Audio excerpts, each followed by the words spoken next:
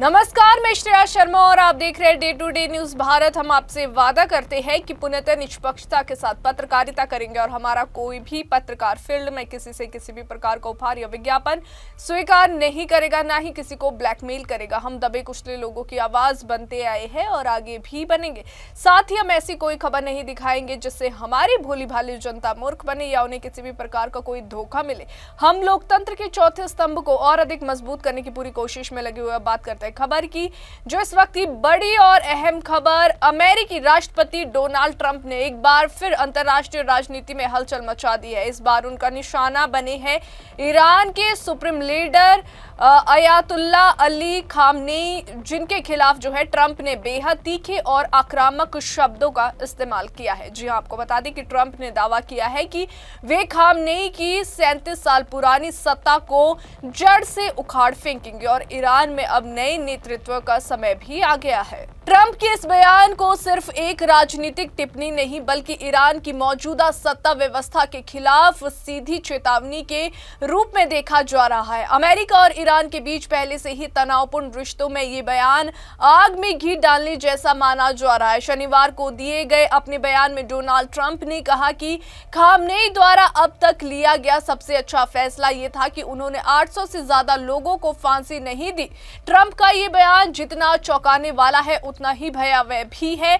उन्होंने सीधे तौर पर ईरान की सरकार पर हिंसा, दमन और डर के सहारे सत्ता चलाने का आरोप लगाया है। जी आपको बता दें कि ट्रंप ने कहा कि ईरान में सरकार जो है जनता की सेवा के लिए नहीं बल्कि लोगों को कुचलने के लिए काम कर रही है। उनके अनुसार खामनेई के नेतृत्व ने जो है ईरान को पूरी तरह तबाही की ओर धकेल दिया है और देश के भीतर लगातार हिंसा और अस्थिरता फैली हुई है। वहीं आपको ये बता दें कि ट्रंप के नेतृत्व की परिभाषा पर बात करते हुए उन्होंने कहा कि किसी भी देश को चलाने के लिए नेता का पूरा ध्यान अपने देश और उसकी जनता पर होना चाहिए, जैसा कि अमेरिका में होता है। उन्होंने कहा कि सत्ता बनाए रखने के लिए हजारों लोगों को मरवाना नेतृत्व नहीं होता। ट्रंप के शब्दों में नेतृत्व सम्मान से चलता है, डर और मौतों से नहीं।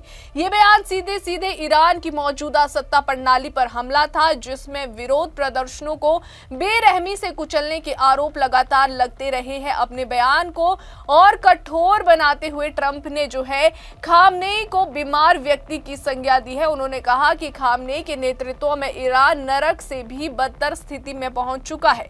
ट्रंप ने यहां तक कहा कि पूरी दुनिया में जो है ईरान से ज्यादा बेकार और उजड़ा हुआ स्थान शायद ही कहीं और हो। इस बयान ने जो है अंतर्राष्ट्रीय समुदाय का ध्यान एक बार फिर ईरान के आंतरिक हालात और वहां हो रहे मानवाधिकार उल्लंघनों की ओर खींच लिया है। हालांकि ये बयान जो है एक तरफा नहीं रहा। ईरान के सुप्रीम लीडर खामनेई ने भी जो है ट्रंप पर पलटवार किया है। खामनेई ने कहा कि उन्होंने ईरान में विदेशी साजिशों की कमर तोड़ दी है और देश की सुरक्षा को मजबूत किया है। उन्होंने ईरान में हुई सभी मौतों और हिंसा के लिए सीधे तौर पर अमेरिका और डोनाल्ड ट्रंप को जिम्मेदार ठहराया है। खामनेई ने ट्रंप को अपराधी करार देते हुए कहा कि ईरान में हुए विरोध प्रदर्शनों, जानमाल के नुकसान और देश की बदनामी के पीछे जो है अमेरिका की साजिश है। साथ ही ईरान में हाल के वर्षों में हुए विरोध प्रदर्शनों ने पूरी दुनिया को झकझोर कर रख दिया है। अमेरिका से जुड़े मानवाधिकार कार्यकर्ताओं की जो है एक न्यूज एजेंसी के अनुसार इन प्रदर्शनों के दौरान जो है अब तक ईरान में 3090 से ज्यादा लोगों की मौत हो चुकी है। इनमें से लगभग 2885 लोग प्रदर्शनकारी बताए जाते हैं, जबकि 205 सुरक्षाकर्मी और अन्य सरकारी कर्मचारी शामिल है।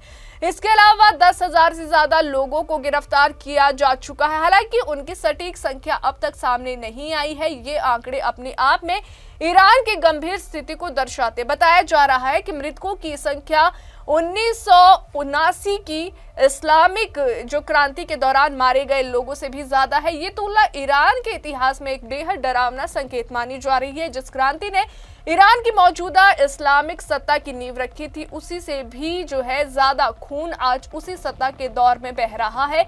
ये सवाल पूरी दुनिया के सामने खड़ा हो गया है। डोनाल्ड ट्रंप के बयान केवल शब्दों तक सीमित नहीं है, बल्कि वे एक बड़े भू राजनीतिक संदेश का हिस्सा माने जा रहे। ट्रंप ये संकेत दे रहे हैं कि अमेरिका अब ईरान में सत्ता परिवर्तन को लेकर खुलकर बोलने से पीछे नहीं हटेगा। वहीं ईरान इसे अपनी संप्रभुता पर जो है सीधा हमला मान रहा है। दोनों देशों के बीच ये टकराव सिर्फ कूटनीतिक नहीं, बल्कि विचारधाराओं और सत्ता के संघर्ष का प्रतीक बन चुका है।